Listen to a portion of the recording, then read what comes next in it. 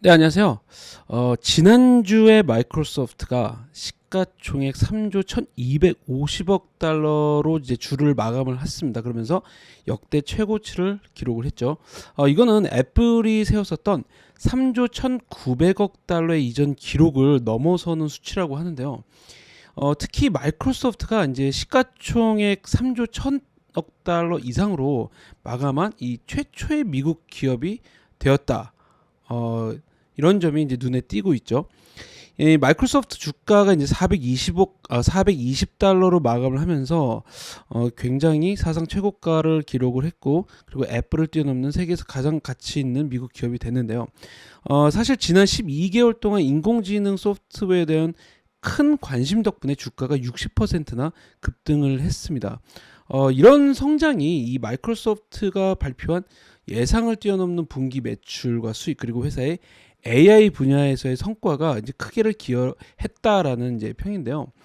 CEO인 사티아 나델라가 이런 성공이 이제 AI 기술의 적극적인 적용, 그리고 기술 스택의 이제 모든 계층에서 AI를 도입하면서 새로운 고객을 확보를 했다. 그리고 이로 인해서 모든 부분에서 혜택을 받았고 생산성의 향상을 이끌어냈기 때문에 가능했다라고 언급을 한 상황이죠. 이거는 마이크로소프트가 단순히 AI에 대해서 이제 이야기하는 것을 이제는 넘어서 대규모로 모든 사업 모델에 AI를 실제로 적용하는 단계로 나가고 있다라는 것을 보여주는 사례라고 할 수 있을 겁니다. 근데 이제 마이크로소프트의 이런 성과가 이제 AI 기술을 중심으로 한 이제 혁신적인 접근 방식이라고 할 수 있을 텐데요. 이게 시장에서 얼마나 긍정적인 영향을 미칠 수 있는가를 이제 보여준다고 할 수 있겠죠. AI 분야의 리더, 마이크로소프트의 전략과 성장이 다른 기업한테도 굉장히 중요한 시사점을 제공을 하고 있는데요. 그 중에서도 마이크로소프트가 야심차게 지금 내놓은 서비스가 있죠. 바로 코파일럿입니다. 이 코파일럿이라는 건 최종 소비자에게 AI를 선보이는 사업 모델이라고 할 수 있을 거예요. 아직까지는 엔비디아를 비롯해서 이 인공지능 인프라를 지금 까는 정도에 머물러 있는 시장에서 벌써라고 할 정도로 굉장히 좀 야심찬 계획이다라고 할 수 있을 텐데요. 그만큼 마이크로소프트가 이제 생성 AI 기술을 탑재한 제품과 서비스를 적극적으로 딱 출시하고 있는데 그만큼 시장에 주목을 받고 있는 상황이죠. 이 마이크로소프트가 기업용 코파일럿 서비스를 런칭을 했습니다. 그러면서 이제 AI 기능을 통합을 한 이제 워드, 마이크로소프트 워드나 아웃룩, 엑셀, 파워포인트 같은 서비스를 제공을 하고 있죠. 이거를 통해서 이메일을 AI가 자동으로 뭐 요약을 해주거나 텍스트를 생성해주거나 문서 작성 같은 작업을 이 자연어 명령으로 수행을 할 수 있게 된 거예요. 굉장히 편해진 거죠.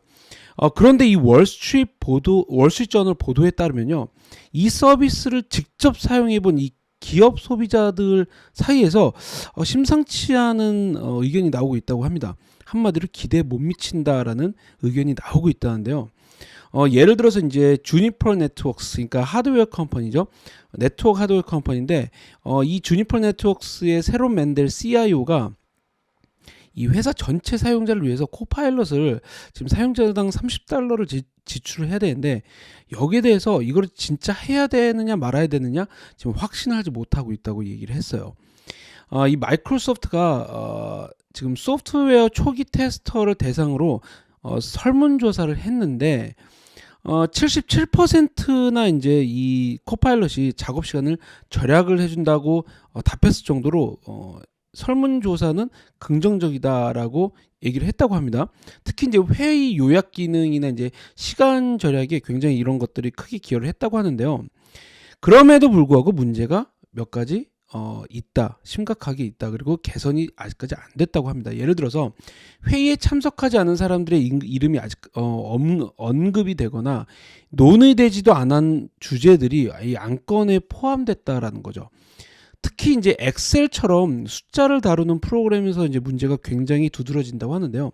저도 이 챗GPT를 쓰면 이 숫자 쪽에서 문제가 좀 많이 나오는데요.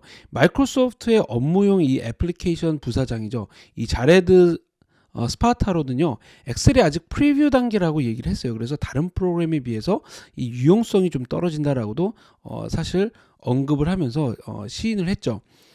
그리고 이제 빙 검색에 추가된 AI 기반 챗봇의 경우도 시장에 미치는 영향력이 아직까지 크지 않다라는 얘기가 나오고 있습니다.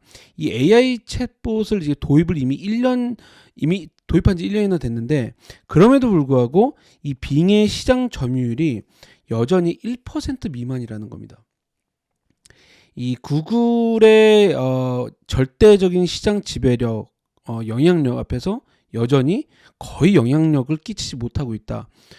그런 얘기가 될 수 있겠죠. 그리고 챗 GPT를 앞세워서 빙을 내세웠는데 여기에 전혀 영향을 미치지 못했다라고 볼 수도 있을 것 같습니다. 이 기업들이 이 AI 도입의 필요성을 인식을 하면서도 이 너무 과도한 AI 중심 전략 전환에 대해서 이 회의적인 시각을 조금 가지고 있다라는 그런 설문조사도 나오고 있어요. 이 보스턴 컨설팅 그룹 조사에 따르면요, 기업 임원 중 거의 90%가 생성 AI를 이제 올해 최우선 과제로 보고 있기는 하지만 3분의 2, 그러니까 대다수가 여전히 이 기술이 과장된 광고를 넘어서려면은 아직까지 최소 2년은 걸릴 것이다라고 보고 있는 상황입니다. 대부분은 여전히 이제 소규모, 그러니까 제한된 테스트에 집중하고 있다라고 하고 있는 상황인 거죠. 뭐 이런 상황에서 이제 기업들이 소비자 만족을 제공하면서 수익으로 연결할 수 있는 이 발빠른 기술 발전을 이뤄낼 수 있을까? 여기에 대해서는 아직까지 미지수다라는 분석입니다.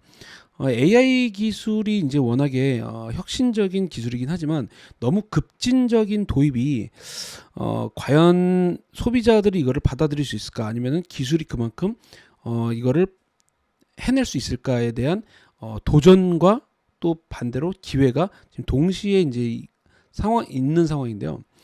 그럼에도 불구하고 마이크로소프트의 AI에 대한 이제 수혜는 여전히 굉장히 클 것이다라고 얘기를 하고 있는 상황입니다.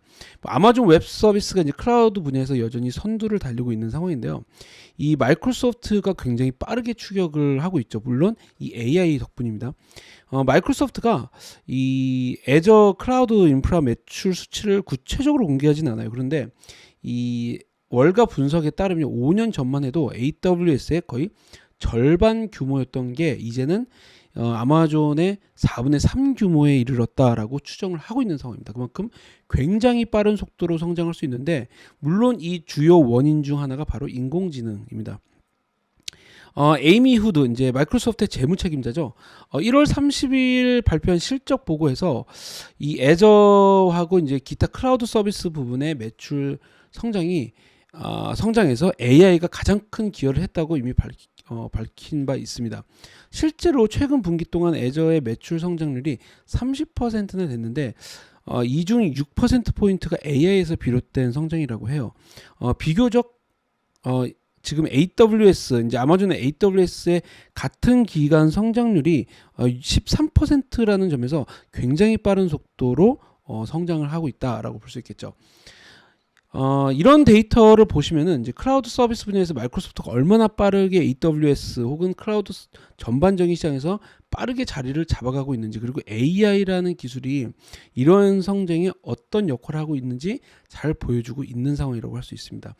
AWS가 여전히 이제 클라우드 시장의 1위 업체로서 우위를 점유하고 있긴 하지만 마이크로소프트의 애저가 AI 분야로서의 강점을 살려서 점점 격차를 좁혀가고 있다라고 볼 수 있을 것 같은데요. 그럼에도 불구하고 일단 마이크로소프트가 야심차게 지금 준비하고 있는 코파일럿, 그러니까 AI를 최종 소비자들에게 소개하는 서비스 분야는 아직까지 많은 도전 그리고 어려움이 있다라고 볼 수 있을 것 같습니다. 네, 감사합니다.